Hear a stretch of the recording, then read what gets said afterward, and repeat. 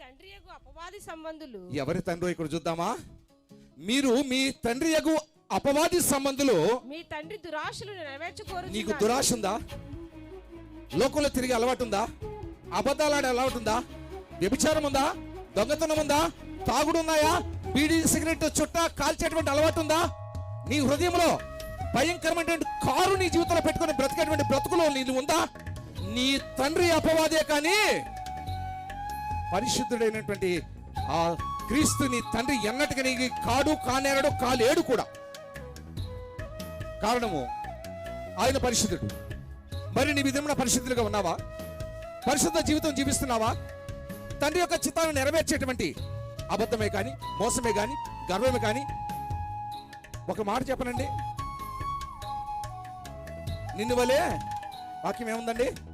నీ పొరుగు వారిని, ఈ అత్త కోడల్ని ప్రేమించదు, దౌర్భాగ్యము. అత్త కోడల్ని ప్రేమించదు. ఈ కోడలు అతను ప్రేమిస్తా, తల్లిని ప్రేమిస్తుంది కానీ కదండి.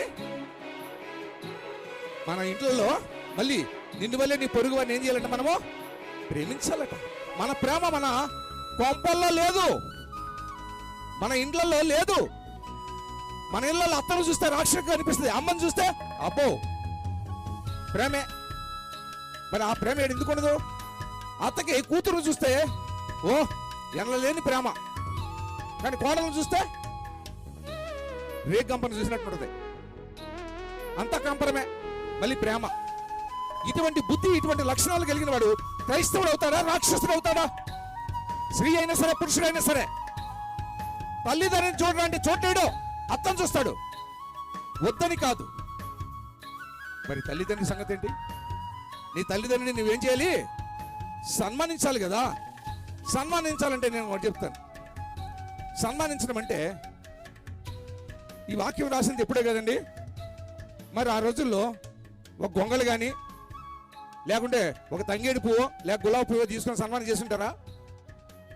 గౌరవించేవారు, భయపడేవారు, విధి విధానాల్లో వారిని గొప్పగా చూస్తే, ప్రతి విషయంలో కూడా వారిని అత్యున్నతమైన స్థానంలో చూస్తే గౌరవిస్తూ ఉండేటువంటి వారు. ఇది సన్మానం.